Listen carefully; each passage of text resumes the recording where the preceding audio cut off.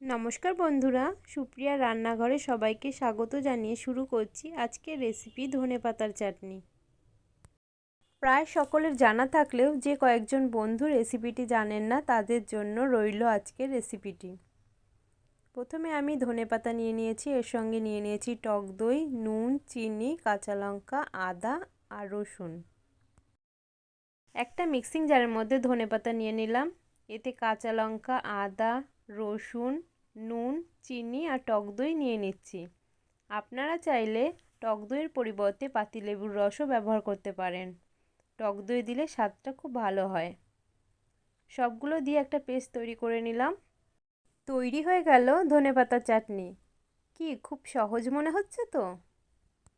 বানানো যেমন খুব সোজা, খেতেও তেমন অসম্ভব টেস্টি। পরোটা, কাবাব বা যে কোনো স্ন্যাক্সের সাথে আপনারা এটা খেতে পারেন। ওপর থেকে একটু দই দিয়ে এরকম সাজিয়ে সার্ভ করে দেব।